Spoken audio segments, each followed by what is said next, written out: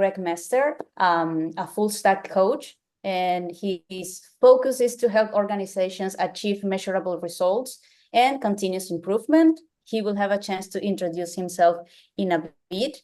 And today's topic is the art of delivering IT product masterclass for C-level and delivery managers. So I hope you all enjoy this session. If you have any questions, you can leave them on the chat or you can raise your hand. We will take your questions. And yeah, thanks again for being here. Edgar, over to you if you have anything. Thank you, Gabby. Yeah, so I think I really agree with today's session title, because definitely each project, right? It's you know, its own piece, its own way of doing things. All of that is there. So it's really, personally, I find it as an art that it's hard to master for sure, but most probably once that you are there, right? You can execute tons of different projects in a very successful manner. And that's why today we want to hear from Greg and his experience about how we can get better at managing projects, and at the same time hear from his experience. I think he has tons of highlights and things to share with us. So Greg, once again, thank you for being here with us today, and over to you. Thanks for inviting me. This is an honor to be on your show and talk about delivering IT products.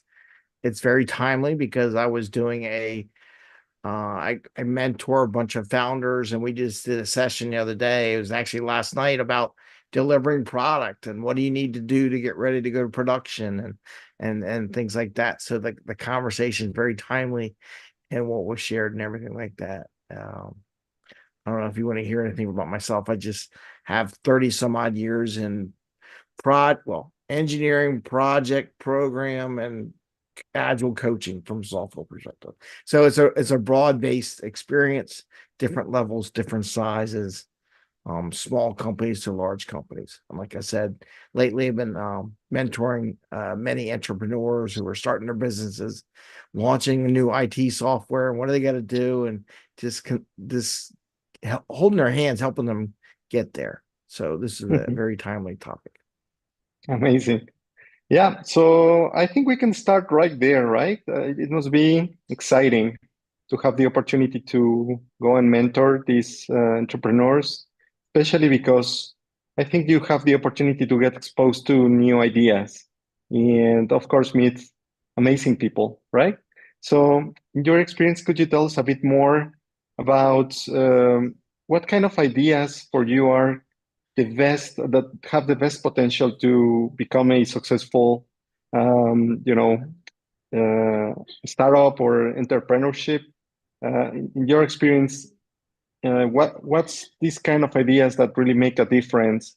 And for the entrepreneurs, do you find any particular characteristics that help them get there to that success? Yeah. Sometimes it's the idea, sometimes it's the person, right?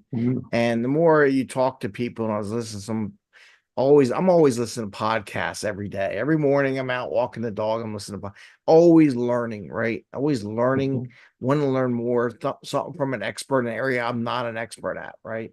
And there's plenty of them. First, I'll let you know that I'm not an expert in everything. But one of the things I know is the energy level of the people who are delivering the product. They have a high energy level and they're really eager and they want to put the time in everything.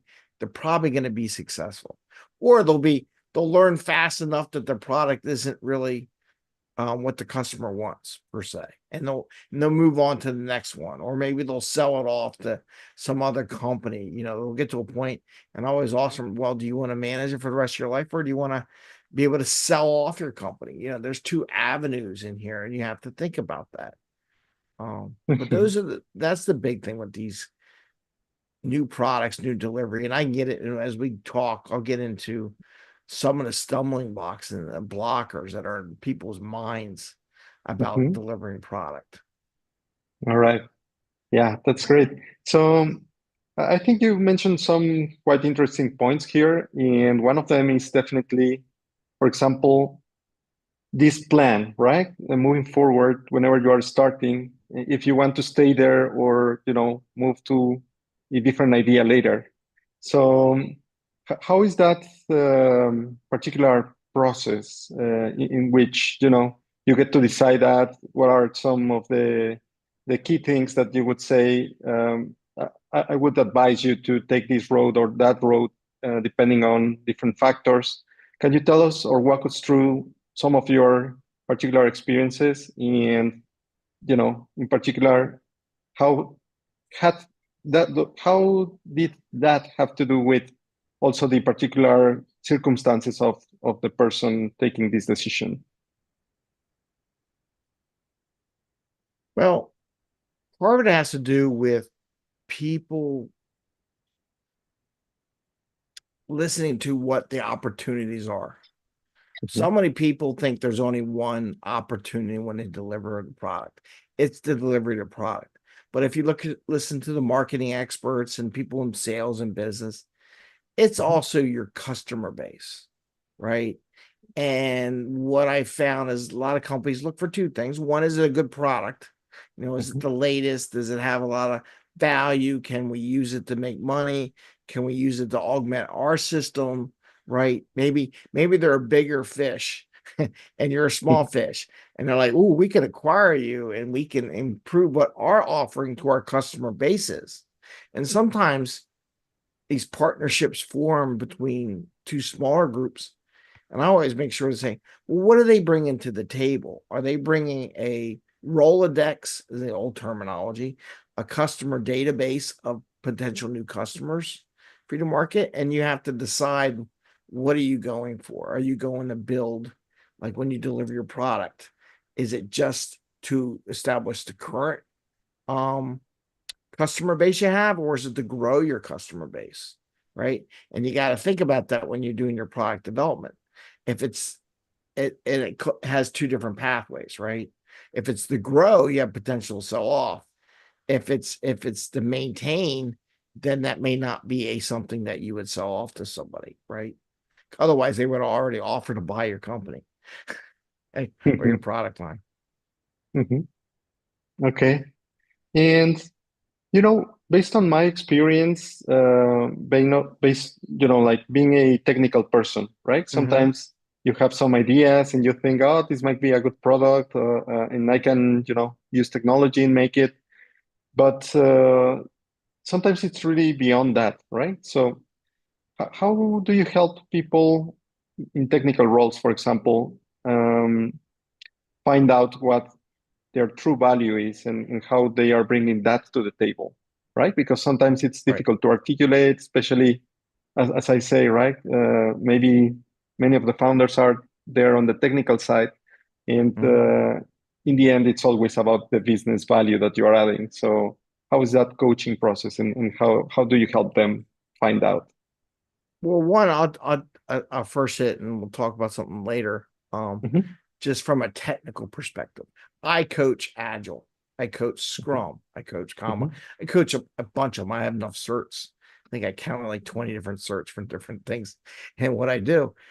And when I coach Agile, it's about delivering product and getting feedback, because in our minds, we can think it's the best software, best product, or in my case, I see a lot of people, you've been working on your software product for 6 months. Nobody else has seen it. So in your mind, it's perfect. It's the first time your customer is going to see it. And there's that transition because you've been in the weeds, typing away, building your product, and you're thinking it's like perfect. It's like they haven't seen it yet. And you may have the answer already, but they haven't asked the question yet. Maybe you asked yourself the same question they're about to ask you 6 months ago, right? And what I coach when I coach Agile teams, and I really try to emphasize this, is doing what we call a sprint review with the customer, on a regular basis, just getting a habit of getting in front of people and getting feedback. Because the more you do it, the more it becomes easy. The more you don't hesitate. Hey, I think I know everything, but I don't. But they may give me some new ideas that are actually more valuable. What I thought was valuable as a developer, maybe, if you took your software and you did this to it. I could sell it to these customers over here, they would eat it up, right? And you're like, oh, I didn't even know you had that customer. Oh, that's a good idea. And next thing you know, you're going off into a different angle of what you're going to deliver. But you never know unless you engage with your customer. And that's what I want to get them to. And this, as we get into delivering product, the more you do it, the easier it is, right? Of course, you're getting all of that practice, and sometimes whenever you become an expert, it just feels natural, right? Like a second nature for you. In this case, for example, what would be the best ways to be in touch with your customer? What kind of techniques are there to keep them in the loop? And maybe if you are starting, how do you get your first customers to start seeing your product? How do you get these early adopters? Could you tell us more about that? Yeah. There's two avenues, right? There's internal, if you're in a big company, right? And versus external in your own company. One is just a simple mailing list to let people know you're introducing something, asking if anybody would like to be an experiment per se, right? If you're delivering something that's going to give your customer value and you're going to offer it to a free for a couple of months to try it out to get a feedback loop, right? They'll be like, if you're going to help me save money and it's free and I don't have to do it, sure, I'll do it. And then you get those feedback, even if it's just a couple, even if it's just 10 other people, right? That or maybe you consistently work with, develop a little cadre of people that may use your product, and you get that feedback loop. And that's great from a sole proprietor, entrepreneur, corporate, you're building some software. And then on the internal side, it's just having feedback loops with the business side, the customer side, whatever it will be, accounting, finance, other IT people, business, just having those sit downs where you're introducing the software and walking through with them, and getting them used to it. That breaks those barriers. Okay. So. All right. And in these feedback loops that we are talking about, right? What is your experience about having these sessions with the users? But are they always like on site? Is there any opportunity to make this remote? What kind of interactions you have to see from the user? I mean, it's like, go on, here's the product, use it, and tell us what you think, or is it more like supervising their activity? How is this kind of workshop in your experience working? And what would be the best one, right? The best type for you? The best one, I'll be honest with you, is in person. Okay. So you can watch what they're doing. Now, what is different and what I've found, and I've had some business analysts that would deliver product, like team develop something. And I suggested one time to this one business developer, I said, do me a favor, rather than you demonstrate the software yourself, hand the keys to the car to your customer. Let them do it. She came back to me and said, Greg, it was amazing. I got more feedback by not doing the demo myself and letting the customer do the demo and operate the software we just created. I got so many notes, and so because she can observe the customer rather than, if you're presenting or you're hosting your hosting event, it's hard to watch for feedback, right? So just by doing that, one, she did it in person because she was looking at the screen, but also we developed where, the IT team would be sitting there watching on a Zoom call their screen as they would go through. Oh, I didn't even never thought about that one. I didn't know they were actually doing that before. That wasn't in the business rules at all, So I've done both, and there's no reason why you can't do it remotely. And what I would recommend on a remote basis or in person, the smaller you can make what you're demonstrating, getting feedback on, the better the outcome. Like, I don't understand. I had this, people have UAT testing, right? I'm going to get in the customer user acceptance test, whatever it is, and it's going to take days. I'm like, why? I'm like, the user's only going to be on there for 2 minutes, 30 seconds. They're going to be on the screen, do their thing, and you're going to like do days of testing. I'm like, if it's taking them more than a couple seconds to run through what you want to do, did we do something wrong? Right? Is it too much stuff that they're going through? And then they don't feel like they are wasting time, right? If you focus them and keep it focused and a point and give them agenda, test this and this is what we're going to show, and be done and let them go, they're more eager to do this activity with you, if that makes sense.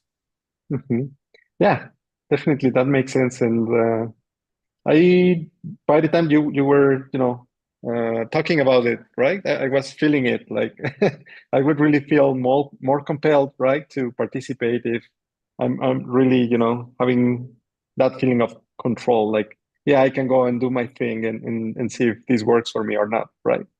Yeah. So that And makes it's a lot of okay. sense. You know what? As they say, the biggest people in the agile business say, you're not going to figure everything out. There's always going to be a bug. There's always something. Well, if they're using it, you're quickly going to find it. I mean, we built some software when I was working DoD. Turned out if they hit a key and hit the joystick, it shut down the computer. And we're like, what did you do? We never thought of that scenario whatsoever. And they're trying to troubleshoot. What did you do? What was the combination? It wasn't part of the code, Sometimes they just do stuff and you're like, oh wow, I didn't know that's how you use the software, right?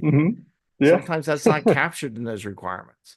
So the sooner you get it in their hands, the sooner you expand the requirement potential use case, right? Definitely. Yeah, so I have some more questions based on this particular part of our conversation, right? One is, for example, I've read the other day in one book called The Mom Test, that when you are talking to the user and you are kind of asking for particular features, like in the sense of, would you like this in your software, or would you like that feature? Would that be useful for you? You are kind of conducting them, right? For them to just say yes, and then you got the answer to what you were looking for, right? But that doesn't necessarily mean that because they agreed, then they would actually use the feature, right? It's more like they are being polite or some other kind of reason. So how do you uncover the actual needs of the users, and what would be the best way to communicate with them so you really get that understanding on what they actually need and what they would be actually willing to pay for, right? Yeah. Well, one, starting in the beginning, I had system engineers that would document what people were doing. And I always made sure they documented the as is process now, unless it was revolution. It's like, what are they doing now? And by that, have a little idea of what they're doing, how we can make their jobs better. And that was key to doing that. But as you said, it goes back to using the software themselves, right? And in that case, I had a product owner at one company, big company.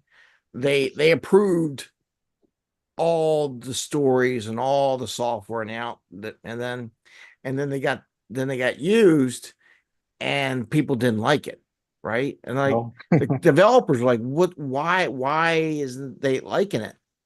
Turned out the product owner never actually used the software.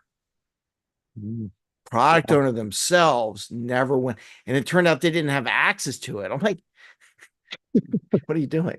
So they think they got covered, but they didn't witness as a team the person actually using the software. So yeah, they got yeses, yes, but because they didn't take the extra step and say, okay, well, here on demo day, use it. We want to see you use it to do your job. I mean, you'll quickly see they're frustrated or it's not working right. It's not doing what they want, and things like that. I mean, that'll be clearly apparent really fast, right? Mhm. That makes a lot of sense. So you mentioned one phrase that I love, and that is how to make their jobs better, right? Mhm. So what do you think are the best ways to help people get to make their jobs better? In your experience, what has worked the best? Of course, I know there are like different fields, different ways of doing things, etc. But in the end, could you identify any particular, techniques maybe that actually make this process and their work better? What would be the best success case that you can remember? Well, I'll give you an example. We were doing at one other Mhm, company, doing some RPA mhm, work, right? mhm. Robotic Uh-huh. processing and Process reporting, right? automation. Yeah. Uh-huh. Yeah. And they came up with this and they wanted, everything to be perfect. And they did it and they were like, I want to say 40% there. And it was for manual paper, like thousands and thousands of these documents every month. And it's just a lot of work. And they were disappointed because they were only at 40% there. I said, you just freed up 40% of their time. Take it as a win, Mhm, right? Can you mhm, imagine your workforce? You had a team of 10 people and you freed up 40% of their time to go do other things that make new sales, that come up with new angles, new points of revenue, whatever, new fun projects, whatever they wanted to do. It's mhm, like sometimes you just go with it. Okay, well, it was good. That's a win, and that's kind of what I try to espouse with my teams. Is like you did good. You improved a little bit, and they may not mhm, answer everything now, but for now, you save 10% here. We'll save another 10%, another 10. And as you go, and think about it, they didn't have to hire any more people. mhm, you know oh, we can't hire any more people. Okay, well, let me save you 50% of your time, so now your 10 people are now like 20 people, right, to do work. So that's one of the things I try to get the teams to think about too, breaking down that delivery into smaller pieces that mhm, can add value. Yes, you want to do this whole thing and make it all better, but mhm, what can I do now, right? And what can I deliver mhm, now? I mean, one other story is working with the Navy department. We built this little tag, talking to a Navy captain in charge of, or well, actually, it was commander at the time. I go, we were misplacing, or didn't know where they were right aircraft engines. So $1 million engines, $2 million Oh, engines. Couldn't find them. uh, And we developed a little software, hardware combination in 6 months and came up with a solution. And I'm watching them, and I said, he has a whiteboard up on the wall. I said, I can see in the wall the engines marked out where they were around the base. I go, how often? I said, how often do you update this report? What if I could tell you once a day where your stuff is? Right? He's like, oh, that would be amazing. That would make my job so just once a day. And I had engineers that had a software problem and a hardware problem. The battery wasn't lasting. We wanted the battery to last 5 years. We want to stick it on these things and track them for 5 years. mhm. And I go, well, how often are you interrogating the device? Oh, we're doing it like every 30 seconds. Well, how about if I said, you just do it every 30 minutes? Oh, we're fine. They came back and said, oh, we're good. We have no problems now, right? So Mhm, sometimes making that little change, it doesn't have to answer. I didn't need every 30 seconds. He wasn't going to do it anything. He wasn't going to do anything with that information anyhow, mhm, right? mhm. What's the Right. cycle the customer needs Mhm, on that information, right? So from a mhm, software hardware perspective, sometimes understanding how the customer is going to do it, that one little change, it goes from chalkboard on a wall, it never really had tracking of his aircraft engines, to mhm, a digital report. Here's where they are. They're over here, and gave the location and everything. So mhm. it's Yeah, yeah. just little things like that. That makes perfect sense, right? To their particular requirement, and I think the solution was brilliant. So I can see that, of course, you are excellent at making questions, right? And I think that's key to understand the customer. Can you tell us a bit more about how you learned to make these excellent questions? What is the process or your thought process behind them? So perhaps we can also, start making that a bit better for ourselves. Well, one, I never claim I know everything. The person I'm working with is the expert, right? Mm-hmm. I don't claim that I know. I'm going to tell them what they are. And I go in, I know enough to be dangerous, but they don't need to know that. I just ask them, how you doing your job? What is your what's your biggest pain points? And just, I've done that my whole career. What stops you? Well, I could go hardware, software, building shipping containers for, again, aircraft engine. And they're like, oh, it'd really be nice to fit the engine to this frame before we build everything and build the whole thing and spend all this money. Because if it doesn't fit, it doesn't work at all. I'm like, okay, all right, I'll set you an appointment. We'll go down there, next week with your frame, and we'll fit it into an engine. He's like, you can do that? I said, yeah, we'll figure it out. It'll save me tons of money in the long run, right? And they can move on to what they need to do. So it really is about asking what is stopping them. And it's a great classic agile question in Scrum.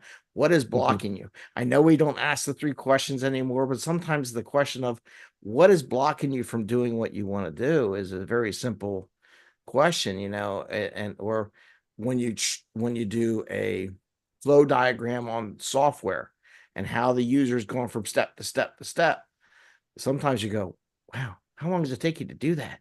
Oh, it takes me all day. Oh, maybe that's something we could do if we make it less, but it's really coming down to not assuming that I know all the answers, because we know what assuming does to all of us.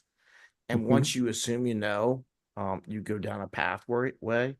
And sometimes what you're going to provide them isn't the answer they need, right? So, but that's basically, and just, you ask my kids, I ask questions all the time. Dad, you never stop asking questions. I'm like, yeah, why not?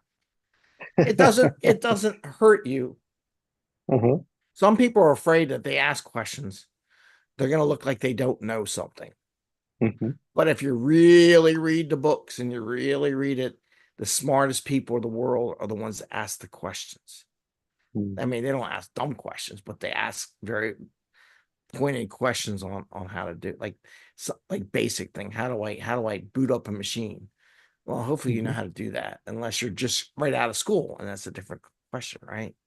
A different level. But we have to get away from that fear of asking those questions and make sure we think about it. All right. That was beautiful. Okay. So I can also see, based on what you have been sharing with us, right, that the value in the end, it's something that is kind of compounding. So it's not necessarily that you will get 100% at the beginning. And sometimes, as you were mentioning, perhaps 40% is enough. But how do you convey that to the customer, that maybe it's not exactly what they wanted, but it's something that they needed and that it can be improved and will be improved, most probably, right? So yeah, how do you manage those expectations? A lot of times it has to do with you engaging with the customer and teaching the customer how to do that or what needs to be done. And it a lot of times is hand holding. How does it work? How does it operate? And give them demonstrations and demonstrating to them what they're going to see, because they've never seen this before. Had vendors where I got hired one company to be a project manager because they were always late, right? So I changed the thought process to, let's deliver software every sprint, every 3 weeks or once a month or whatever it was, and let the board of directors see it. They loved it. They're like, this is great. And then my CIO kept getting money from the board of directors because we were delivering software and they could see the software. I think of it this way. I was thinking about it this morning. If you were going to buy a house, right? And you bought a house and they told you you could not see the house nor walk through the house for 6 months, how would you feel? Anxious for sure, right? Right? Or, you know. So we do software stuff, and I heard a gentleman last night talk about something they were providing to a customer. I'm like, put in your proposal weekly reviews of progress of what the actual software is coming out. And I was thinking in my head, that's what I would have proposed. Because if you're the customer and you say, I can't see your software for 6 months, are they going to buy your software? Are you going to buy that house? You can't see Probably nothing. not. No feedback loops. Can't walk it. Can't see where the bathroom is. Can't see the layout. You know, none of that's going to be available to you. You know, those are the kind of things where that's going to show up, right? Right. I mean, Right. so that's kind of like, I hear it every day. I heard it, like I said, I heard it last night at a person that is doing really good at this stuff. I'm like, if I'm going to be a customer, am I going to want to hear I'm not going to see something for 6 months? Put in that proposal. We're going to show you as you go. And they're going to have a rough time at first. You just have to handhold them and walk them through it. And even yourself, oh my God, we got to show what we're doing. We're just doing something, but they want to see progress, right? Yeah, and I think that may also help for the adoption in the end, right? Like, Yeah, if they get familiar with it, if they work with your team, and you know they see their feedback coming into the software, then it starts feeling like yours actually, right? And then yeah, that actually makes that difference in the end. yeah. Or if they're going to invest tens of thousands or millions of dollars, I mean, I got these entrepreneurs are looking to, you know, get $1 million in funding to do what they want to build. Well, you got to show it to them that you're progressing to that phase. Because would you give someone $1 million and you had no idea where they were and how they were progressing? And I'm like, I turn it on them all the time. So would you do it? And they're like, no. But then why should they? You know? And it's the same thing with delivering IT products, right? If you say it's going to be 2 years before they can use it, we can't live in that world anymore. That world does not exist. When you look at corporate returns, and you know, I got the financial management background, I have my own company, quarterly, right? If you're not producing something and showing value on a quarterly basis, they ain't gonna fund you. They, you know, then that mentality is quick returns and return on investment. Even if it's in process, at least it knows it's working, right? But those Exactly. are the kind of things that we as developers and as CIOs and delivering IT products to C-suite is we got to think about that. What does the customer want? Is it going to be 2 years out? Can we break it down into smaller things? You know, yes, we want to sell all this, and this is going to bring us all this revenue. How about if we just do this one first, and then we'll do another one, and then we keep building on the revenue, like you said, grow it, right? Okay. So I've been hearing feedback about feedback loops, you know, for a number of times now. And can we dive a little bit there and understand how is it that you get feedback from the users? And more importantly, once that you have the feedback, how do you decide what to include, and you know how to prioritize this feedback? Because in a particular sprint, you get certain time, right? In Yep. limited, not limited, but you know, finite resources. So you really need to to decide at some point. So can you tell us more about that? Yeah. So there's a couple points. One, and this is the one I see where a lot of places make the mistake. They get all this items, and this is the beauty of Scrum. And some people go, "Oh, you like Scrum and this." Want to have a list, a prioritized list, and you say back, you figure out what you can do. You reach back to the customer. Sure, here's a couple of things we're going to try to get in this sprint, and then these are we're going to try to do the next sprint, and give them a plan. Right? Don't leave it up so they think they're going to get everything. It's like the best offense or best defense, a good offense. Right? So if you leave it to their mind, they're going to envision they're going to get everything. But they can't, right? One, we don't have enough people on the team, enough resources. This is not going to happen. Plus, we still got to finish all the other stuff we're working on, right? So getting a feedback back to them, get them to participate in the prioritization ranking. Mm-hmm. You know, what do you think will really bring value to you or your customer? Would it increase your sales? You know, would you sell a couple more widgets, right? Mm-hmm. To the customers? You ask those kind of questions. Sometimes they don't think about it that way. Mm-hmm. Okay, that makes a lot of sense.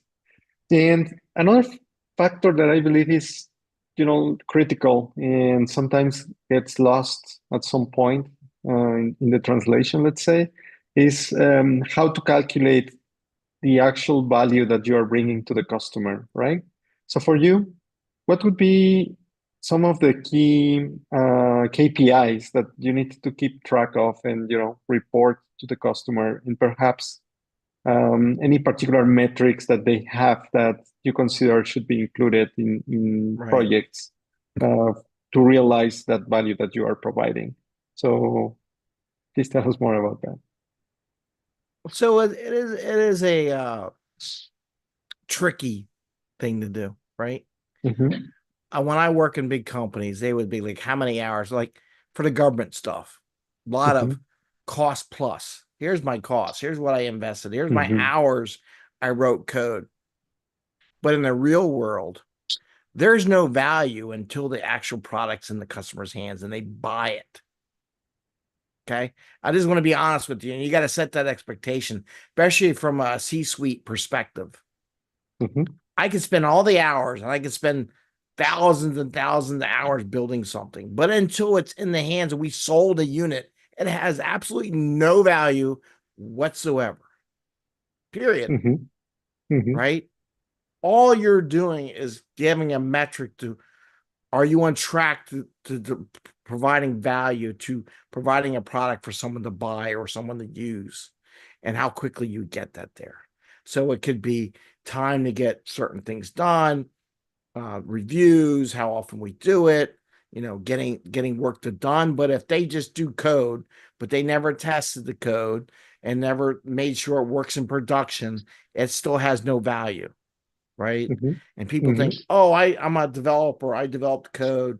I'm going to hand it off to a tester and the tester going to do something.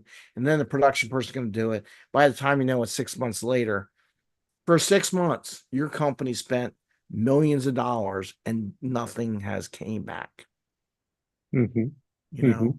And think of your, like, you buy stocks, you buy a stock. Do you want it returned every month? You want a little dividend, right? Mm-hmm. It's the same principle. Think about how you are when you buy stuff, and you got to think of it that way. So when you pick your metrics, you look at stuff, something they get in their hand or a piece they actually try, that they say, yes, this has value. And then maybe it's up to them to release it. But however, they tell you, yes, it has value. So everything that's done, the number of times they get accepted, maybe some feedback loops, maybe even creation of potential other value that was not tracked. Mm-hmm. Are they coming up with new uses of the software? And we don't track that enough where, I could sell it to this, right? That has a metric value to it that wasn't planned or wasn't the one thought of. But that is the key of there is no tracking value until you actually deliver and sell the product. Mm-hmm. And until we admit that, we're kidding ourselves from a C-suite perspective, right? So you got to say, I need to have some return. You can't hold the wolves back. You got these nice sheep in there. The wolves are like, we're going to eat you up, right? Mm-hmm. You can't do it for forever. And why spend the safety level or whatever you gained by holding people off for that long? Find ways to get it in their hands. The more stuff that gets in the hands, I would track that metric, just the number of features get delivered. I went to one company. They put me in charge of looking at all their stuff they're delivering. And I said to them, you do realize you have like 20% of your features in a 90% done capability. We'll just finish them. You'll get revenue on those 20%. Get them off the plate. You keep bringing all this new stuff, but you spent 90% investment in this. It may work, it may not, but get it out, right? Or just don't even worry about it anymore. Don't even try. It's gone. The money is spent. It's sunk costs. It's gone, and you have to eat that money. You know. So that's one of the things to think about as far as that goes. Okay, so in this case, you know, to get these products in the hands of the customers as fast as possible, right? How valuable is it to run MVPs, for example, or even a proof of concept at the beginning of the project? And could we say that they are getting that value from this MVP, for example?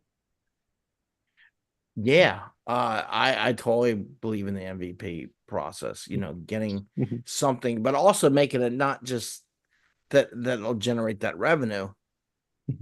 I had an entrepreneur, made a really nice product, and he was showing me what he was doing. And I'm like, I know you want to go here someday, and you want all this capability, AI, everything's in there, everything's, you know. I said, but don't you have a good product now? Like what you have established, you haven't put the AI in it yet. You haven't done this. And he's just starting their new company. And I'm like, why don't you release that as a product? And they're like, what do you mean? Just put that out as a product, build up a customer base, get some feedback, see if they're buying it, ask them if they want to be part of an experiment.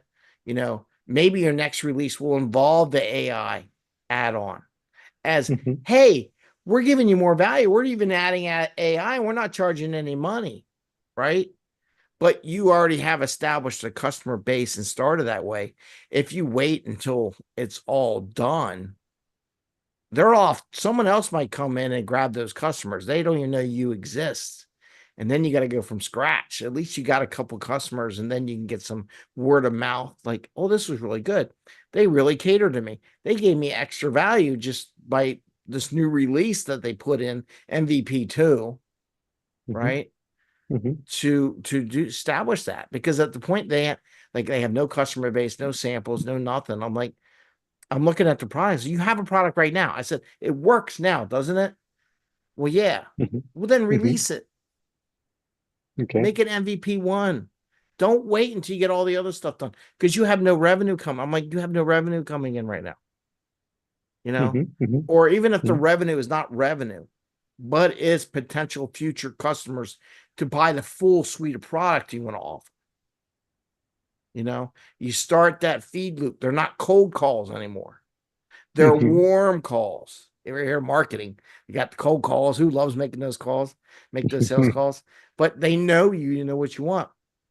They now become warm potential customers for the big picture show that you're going to give maybe an MVP 3 or something, right? And then you can charge them the $100 a month per user or whatever you want to charge your rate at, right? And that is something that they don't see. That they're like, oh, I got to do everything. No, just what value? Look at what you're doing, and sometimes they don't ask the question, can this bring value to my customer? You know, can this get us started? You know, they look at like social media, LinkedIn, and oh, I got all these thousands. Well, you're not going to market to all those thousands of people. You know, even LinkedIn and all these other programs, and it takes a while to get to those numbers until you hit critical mass, right? You're just fizzling right now. You're not even at critical mass yet to where they envision, oh, we're going to shoot up to 300,000 customers in 3 years. You got nothing right now. Wow. Right. So that's what I think of MVP that way. Yeah. Gabby. Yes. Since you mentioned AI, I always want to ask, since there is like a huge boom around that, how do you think AI can be integrated into IT product delivery to, for example, enhance efficiency or proactivity or productivity? Have you seen it being integrated already?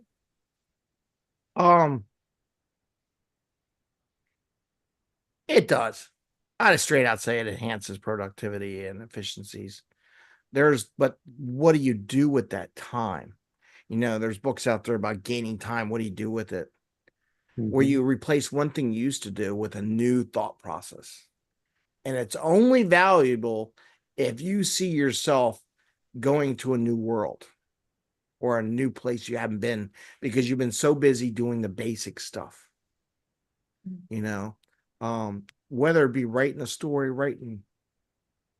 I do a blog post, but you have to be careful. I teach this to kids in school about we did some Halloween stories, and I had ChatGPT write some Halloween stories, and then I had it read it to the kids, and they put feedback in just to get used to that, right? So I'm teaching. So I don't know how old everyone is on the show. I'm teaching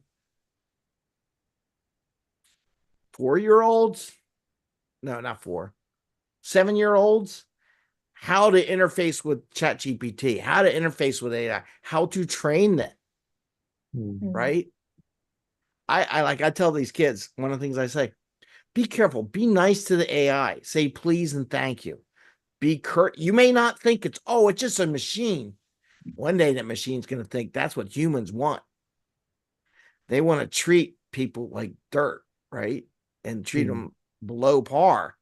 And they're going to treat you back. One day you're going to ask them, hey, write me a letter to my boss about such and such and such and such. And AI just goes boom and says, this sucks, right? Because that's how you taught it. That's how you responded back to it. It thinks that's the way you want to talk. Right. Right. So AI is replacing this basic stuff. And a lot of it, what the kids are learning when they're watching it, I haven't run it. I go, would you want to release that? No.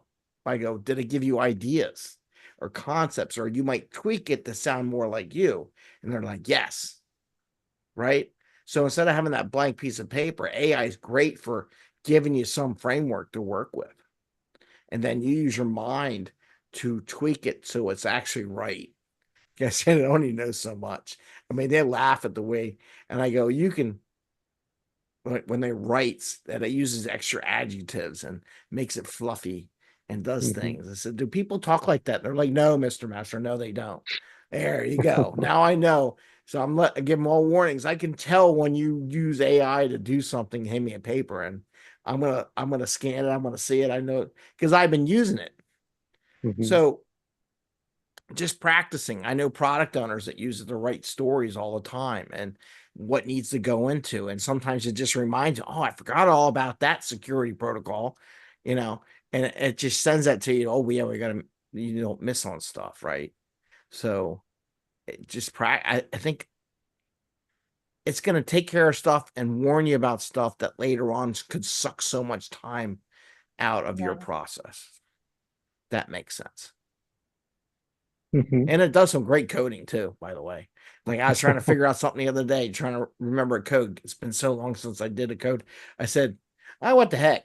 What if I want to do this, this, and this, and this? Could you give me the code? It's shout out the code. I know what it wrote because I remembered it because it was so long ago. And I go, yeah, that'll work. Grabbed it, took it, wrote my code, So it made it quicker where I didn't have to look it up a book or try to really struggle over it. I got the answer in like 3 seconds. I mean, how much time did that save you in the day, right? You get stuck. What do you do? So, yeah, I think that's very encourage valuable. Everybody to do it. Yeah, just encourage everyone to just play around with it. Envision what you can do with it, right? Exactly. Actually, I was looking at the course the other day, and what they were recommending was every time that you want to start with anything that is creative, then you can start with AI just for those initial ideas or primers, and from there, start developing that, as you were saying, right? Like actually customizing it to what you need. But it's a way different process, I would say, and thought process at the same time, right? And sometimes I'm wondering, like, okay, I'm working like this now, right? I'm, trying to develop that mental plasticity, if we want to see Right. it that way. But I also, think about it, and I say, okay, this works now, but what happens if AI goes away? And now I'm feeling dependent on, what it is doing for me, right? So I think you have to strike a balance somewhat there, and not necessarily go with everything that it says, but really use it to enhance the way that you are thinking, basically. Well, it was my father who was a civil Mhm. engineer. Mhm. And if you know AutoCAD or CAD products, and they would Mhm. do simulations and stuff, he taught me, he says, look, yes, it does it, but you have to understand the algorithms underneath and the assumptions and everything that they use to Mhm. create that design, because it can give you something that won't work. And look at all the bridges that failed over time when it first came out, because these young Mhm. engineers, oh, we're going to use CAD and we're going to do this and it's going to give us all the stress and everything. And it turned out it used the wrong assumption in the code, and then it went Mhm. wrong. So yeah, you can use it, but you have to understand where it's getting it from, where the base is. And then the other thing, when you said about introducing AI, people forget you have to train the AI. It doesn't magically have all the answers. Mhm. You're going to spend time training and working with it too. And they're always thinking, oh, it'll pick up everything we do. No, you probably do a custom. Your reason why you're a company you are and you have what you do, because you're unique, Mhm. you know? So Mhm. until you expose the AI to your uniqueness, it won't know. Yeah, Right. that's an amazing way of seeing it. All right. Definitely.